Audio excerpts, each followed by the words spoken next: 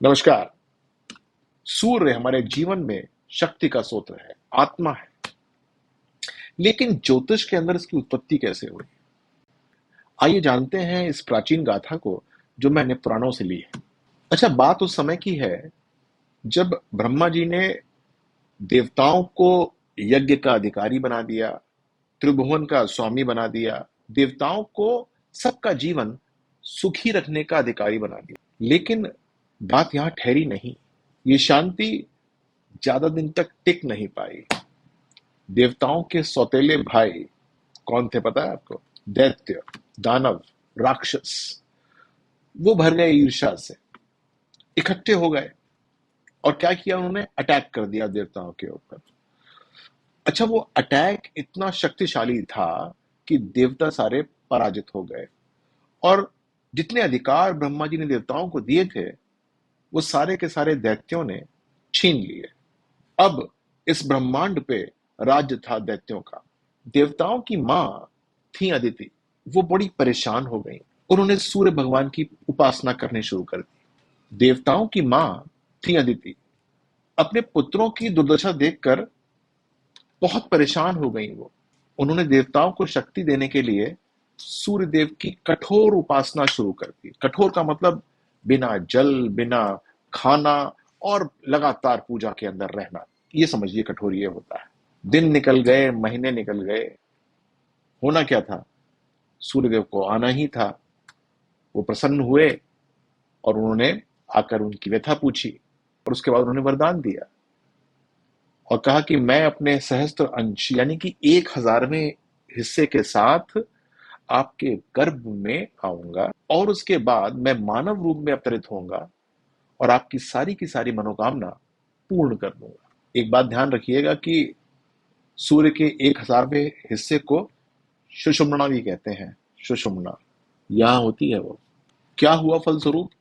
अदिति के गर्भ से आदित्य का जन्म हुआ, एक अत्यंत शक्तिशाली देवता। और इसके साथ सारे देवता फिर जोश में आ गए और उन्होंने दैत्यों पर फिर से विजय प्राप्त कर ली और अपना राज्य स्थापित कर दिया। सारे लोग प्रसन्न हो गए क्योंकि सब तरफ खुशी का माहौल छा गया। अदिति का हृदय भी खुशी से भर गया। अब क्योंकि सूर्य ने सबका संहार कर दिया तो वो कहलाने लगे क्रूर। कुंडली के अंदर सूर्य को क्रूर की उपाधि मिली हुई है। लेकिन ये क्रूर का मतलब मैलिफिक नहीं है। ये वो ऊर्जा है जो अन्याय सहन नहीं करती। समझ गए आप? वो सिर्फ अंधकार का नाश करती है। उसके अंदर साहस होता है अंधकार से लड़ने का। अब थोड़ी सी बात बताता हूं सूर्य और उनके परिवार के बारे में। जब कुंडली पढ़ते हैं ना तो इसमें उसका बहुत महत्व होता है।